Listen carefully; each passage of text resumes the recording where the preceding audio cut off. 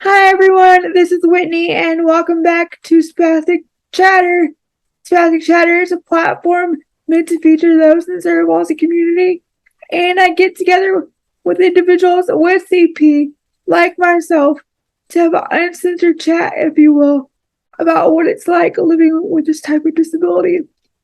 And for this episode, I am joined by Victoria, and I met Victoria through the Diversibility Leadership Collective, and she is an awesome person and someone I wanted to have on the podcast. So I will let Victoria introduce herself and then we'll get to talking. I don't know where this episode's going to go, but I'm sure it's going to be a great one. So, Victoria, take it away. Hello, everyone. My name is Victoria Wheeler, and no, that's not a joke. I my last name is Wheeler, and I use a wheelchair. Um, I am 32 years old. I was born with cerebral palsy, spastic diplegia, to be more specific. I am nearly a full-time wheelchair user, and I am part-time ambulatory and a walker around the house. Awesome. I love how you use your last name as like humor, like sarcasm. I'm all about that. And I didn't even put two and two together until you said that. My friends and family don't even think about it, but like new people that I meet, they're like, "Are you serious? That's your last name?" And I'm like, "Yeah, I know it's funny." That's funny. That's a good like icebreaker to have. Yeah. That's funny. Um so uh, I'd like to like, kind of take it back. I do this with some of my guests. If you, I'm sure you know this, but if you Google the term cerebral palsy, it comes up as a childhood disability, and what might be misleading about that is that those children grow up to be adults. So I don't Right. see the reason. I don't see like the reasoning behind saying that it's a childhood disability, but I always ask my guests, um, would you, how was your childhood growing up? Would you classify it as like anything when somebody asks me that, I'm like, well, it was just like a normal childhood, so I don't understand. And Uh, then you that your normal is not everyone else's normal, and you're like, oh, so maybe it wasn't that normal. Um, I don't know. For a kid, have several friends and acquaintances nowadays with CP, and for a kid with CP, I would say that my childhood was fairly normal. Like I grew up, I think, with a lot of internalized ableism. To be honest, for my parents, like they're like, you can do anything you put your mind to, and like, the sky's the limit. You just have to work hard, and you can accomplish whatever you want. And like, that's a nice sentiment, but as nice as it is, like, it's not exactly true. So I've spent the last like few years undoing a lot of ableism. Like, oh, I would be like better off if I just worked harder. I'm not trying hard enough. No, like you have a disability and that's okay. It's not all on you. It's not all your fault. Like there's a long way to go in society as far as like making things accessible. yeah, Yeah. I can kind of relate. I didn't come to terms with my disability until I was like in my late 20s, and I'm totally fine with using the word disabled now because there are things that I cannot do, and it is perfectly fine to be disabled. Um, Yeah. yeah, so I can kind of relate to you on that. How is your like schooling and stuff? Were you like mainstreamed and like Yeah. For the most part, I know in like preschool, I was put in, I think what they call now a CDC class, like a special ed class with other, like very visibly disabled kids. And they soon learned that, like, I don't know, I didn't have any intellectual disabilities. So they my parents were like, we should put her in mainstream. And I was actually like in high school an honor student. I just, I was an honor student who required an IEP. Mm-hmm. For those who don't know, that means individualized education plan. And it a lot of students with disabilities like should and do have those. Yeah. So I'm curious, what about life after high school? Like what did that what did that look like for you and continue to look like since Well, that's been a ride, let me tell you. After high school, I was like fairly set. I'm like, okay, I'm going to go to college. I'm going to study this thing. This is going to be my job. And I'm learning as I get older and like out of the structure of like living with my parents and like lots and lots of support that maybe that's not the right thing for me. Maybe I need to choose another path, and it's okay if I do.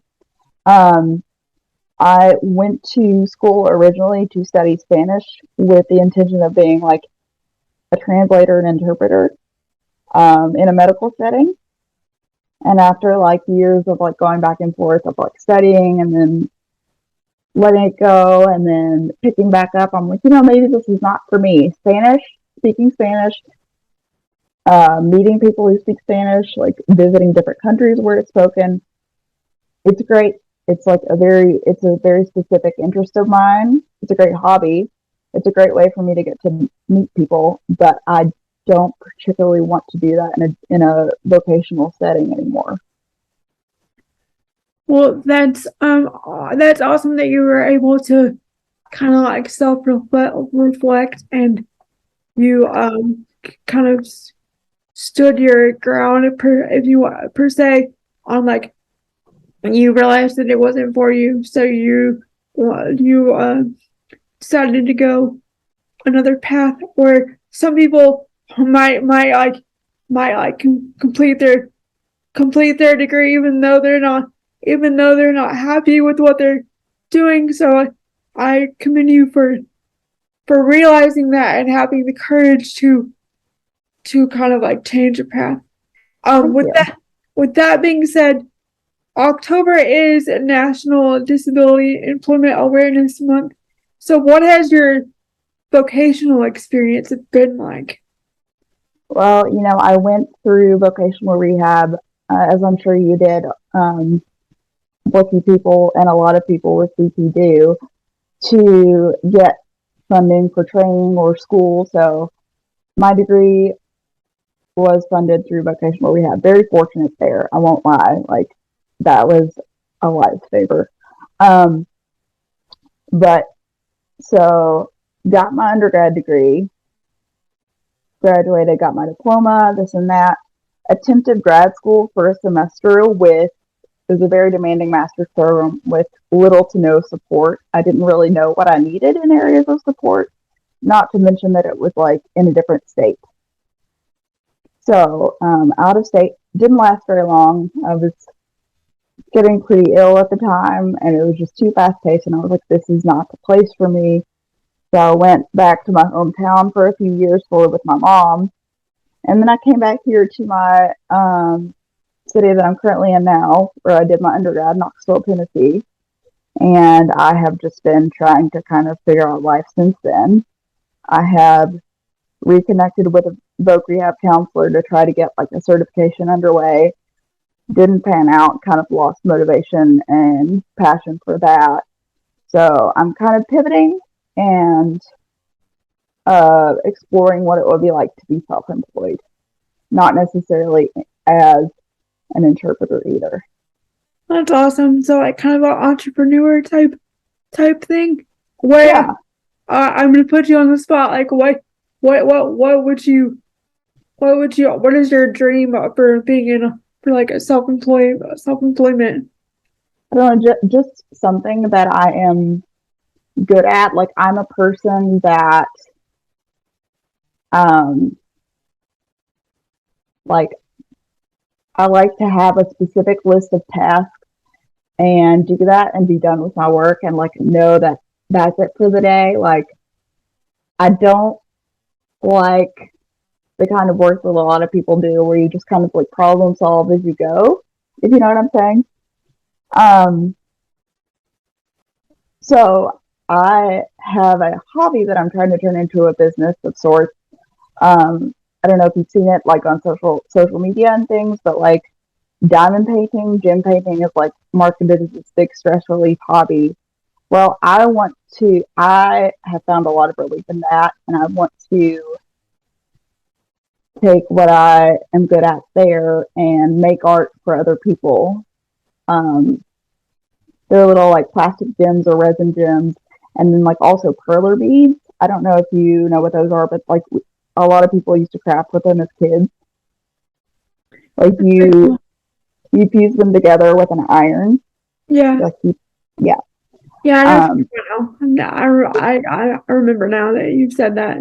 so I use those like as my art medium and create things for people like that will preserve memories of like loved ones or pets or what have you. Um, and basically, just the idea of being my own boss um, is really appealing. That's And awesome. like, yeah, That's very cool. I like it. I like how you're like kind of like I've said this before, like kind of like self-reflecting, like you've kind of done it. You've kind of done it. You've kind of dabbled in all of it, and you've kind of realized that that's the self-employment and like creating a business out of your hobby is the path you want to take, and like as long as you have passion for it, like and the drive for it, like uh, I think that I think that's great. And since it is your hobby, you obviously have the passion and the drive for it. yeah, That's great. it took it took quite a while to come to terms with like, okay, you can change your mind about things, and that's okay. Like, you're not a bad person. Everybody changes at least a little bit during their lifetime. So if you make a big career pivot, that's okay too. Like, Yeah.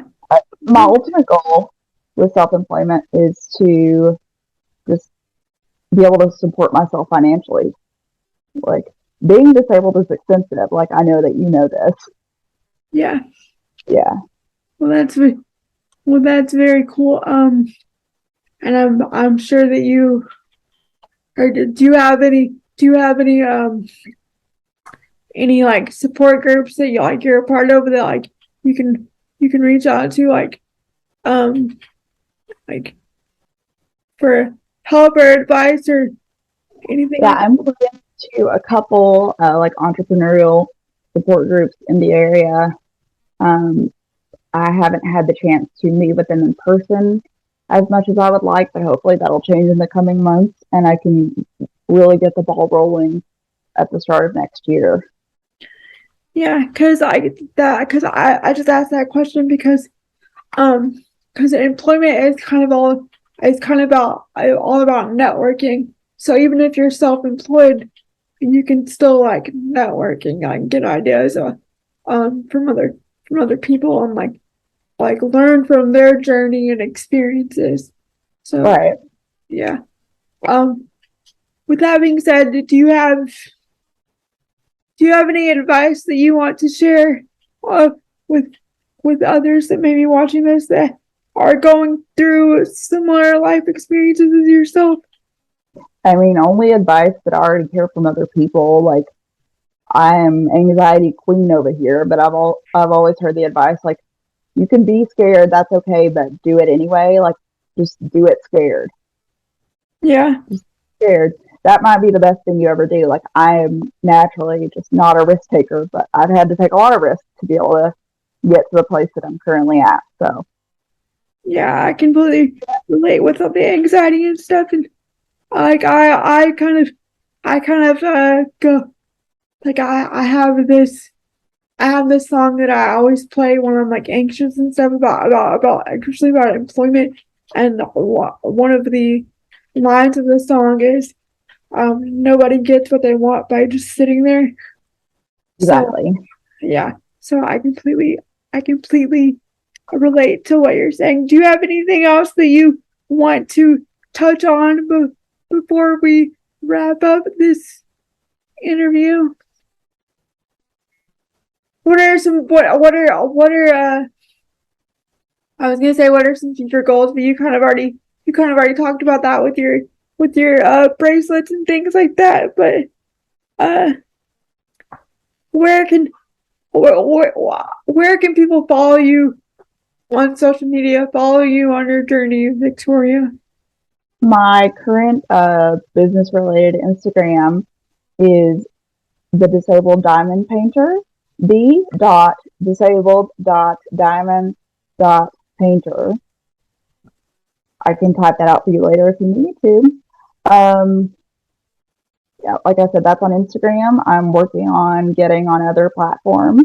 But Instagram seems to be where a lot of things happen. So Yeah, awesome. yeah. I will put that in the description. And again, thank you, Victoria, for coming and chatting with me today. I loved talking with you. And for those of you watching who want to be on an episode of Spastic Chatter, I'd love to have you. Just reach out wherever you see this video and check back periodically because I for another episode of Spastic Chatter. Thanks. Bye. Bye.